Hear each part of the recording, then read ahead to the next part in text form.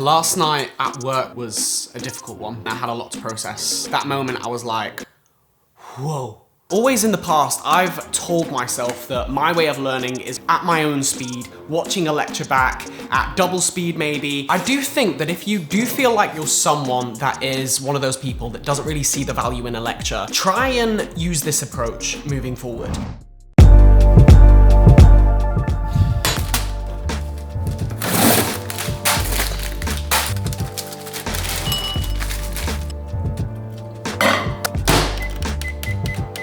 Good afternoon, guys. It's 1:41 p.m.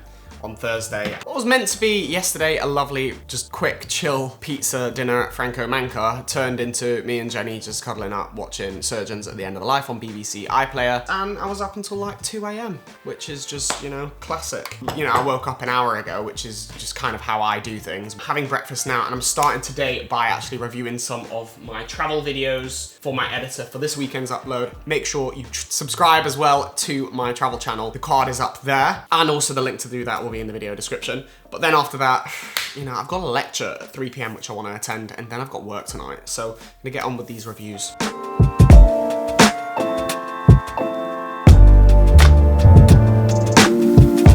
Alright, so I'm feeling pretty groggy and I feel like I need to get my head in the study headspace. So I'm gonna go to this lecture on mucins and mucus.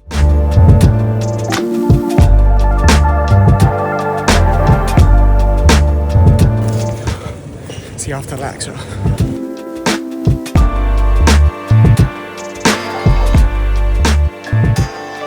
And so, guess who just got back from a lecture? Now, it was on mucins, mucus, and everything. And to be honest, I'm not someone that normally goes to lectures.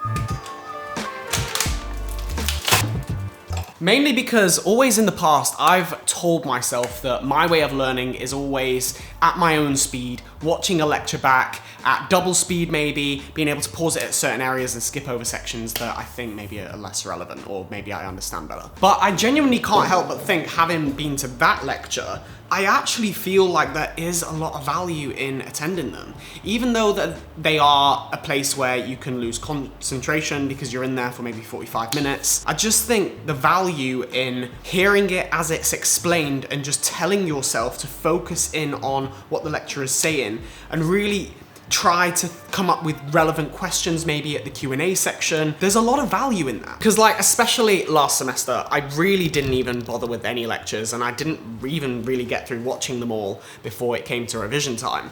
And to be honest, I always told myself that, don't worry, they're all pre-recorded, I can watch them at the end. But ultimately, everything piles up, and because this course is so busy, you're gonna find it difficult to catch up. So I do think, even if it's not the most effective way of learning, sitting in the lectures is helpful. Also, formulate some questions for the lecturer at the end is also a really good practice, because by doing that, it's training yourself to really focus in on what the lecturer is saying in order to come up with relevant questions at the end.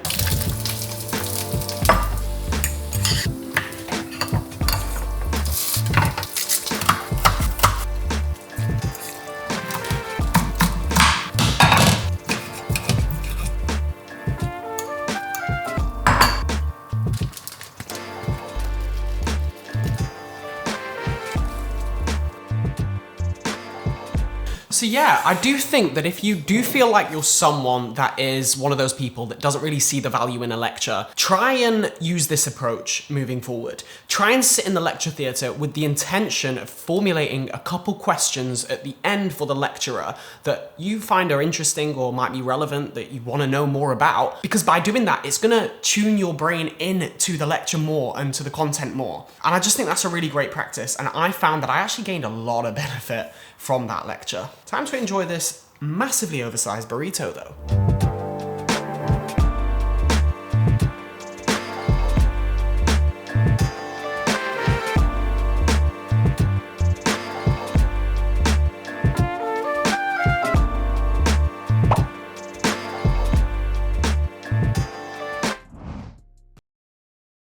Good morning, you guys. It is Friday at 10:45. This morning, I just had a PPD session on professionalism, just literally in a lecture theatre, talking about what it means to be professional. And then I'm gonna do a PPD write-up on that for my portfolio. Last night at work was a difficult one, and I had a lot to process. That's why I kind of just ended last night abruptly. I went to work. To be honest, again, I mean, with it being a Thursday night, it was really, really quiet. There was pretty much nobody in there. It has been like that for a while now. And the cost of living crisis has been quite evident because less people have disposable income to be able to spend in restaurants and go out for dinners. The general manager sat me down and just had a conversation with me and said, oh, look, we do need to talk about your hours. Unfortunately, we need to cut them. And obviously all of a sudden I'm like, whoa, okay, what hours are we cutting?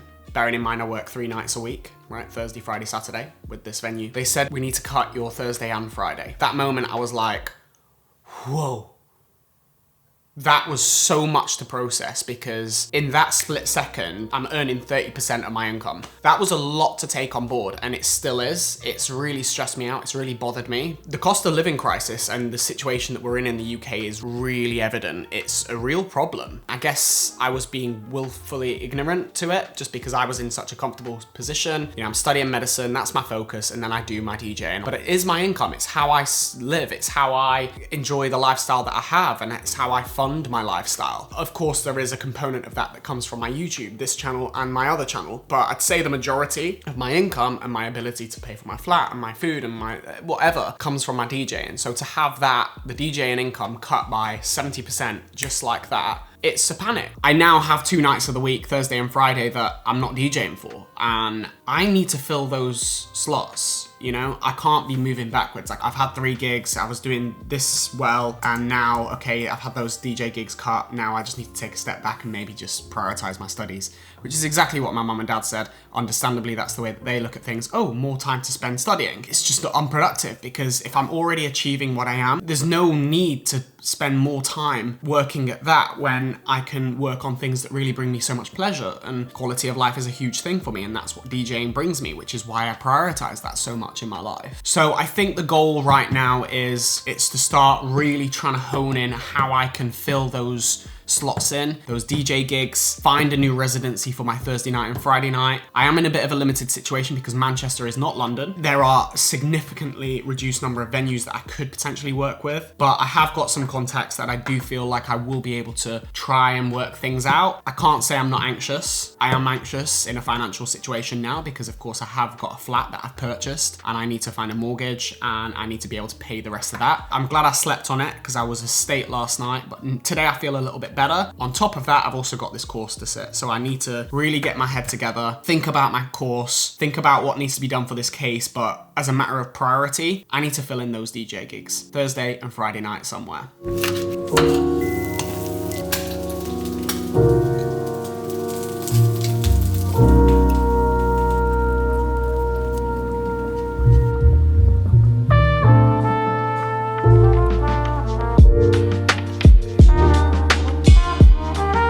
So I've really not done much work today other than edit loads and loads of photos from the Grenada series for my travel channel. Check it out. But I have just done my PPD write-up today on professionalism and probity. As you'll know, I always make sure that I do my PPD write-ups straight after the session, just get them out of the way, over and done with, so I don't have to think about them. And I found it really, really helpful to create a to-do list on Notion of all the ILOs that are expected of us for this year's PPD, and it just means that every time I have a PPD assignment I can go through my to-do list and really easily just check off what I have done, what I haven't done, and just see what needs redoing and reorganizing. And this way I've got a really, really concise, straight to the point way of just identifying exactly what needs doing for me to complete my PPD.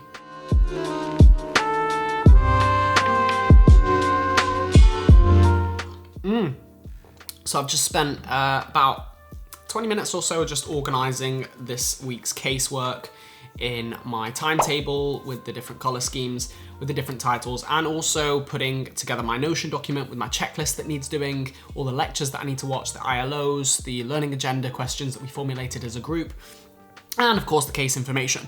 But something that's really interesting about semester 4 The whole format in which we do PBL has kind of changed a little bit. It's turned more clinical, and you can see that from all this case information that I've compiled together from this week's case. It no longer is just a case of a big section of paragraphs that you just read out and then you just formulate your learning agenda questions. Semester 4 PBL is geared more towards getting you ready for your clinical years, and it approaches it more how you would in a doctor's surgery. So there is the case information, there's the initial presentation, but then there's also some history and the patient's, clinical history, medical history, but also some examinations, so a systems review, such as their blood pressure, their heart rate, and all the typical things that, you actually see in your progress test. So I am actually really liking this way of doing PBL, because now I'm starting to understand that, when I sit the progress test and I'm seeing all these questions with like all of their blood reports and you just don't have a clue, we're starting to see all of that stuff come up now. Things like erythrocyte sedimentation rate, or jaundice and BMIs and different things. These are all documented now in our PBL casework. So, I'm really enjoying this style of PBL, because there's also a diagnostic mechanism in there as well. So it gives you an idea as to how GPs actually come up with their diagnoses, and then of course follow-up information. And it just makes the whole PBL case a bit more thorough, because you actually feel like you really get a full understanding of the patient, the case, the doctor's approach, the treatment, and the follow-up. And I really like that. So for the next hour or so, I'm planning on starting my way working through case 2 on Friday, the last day of the week. But I am gonna give myself Saturday, Sunday, and some of Monday, the day of case close, to get through all of the notes for case 2. Let's get into it.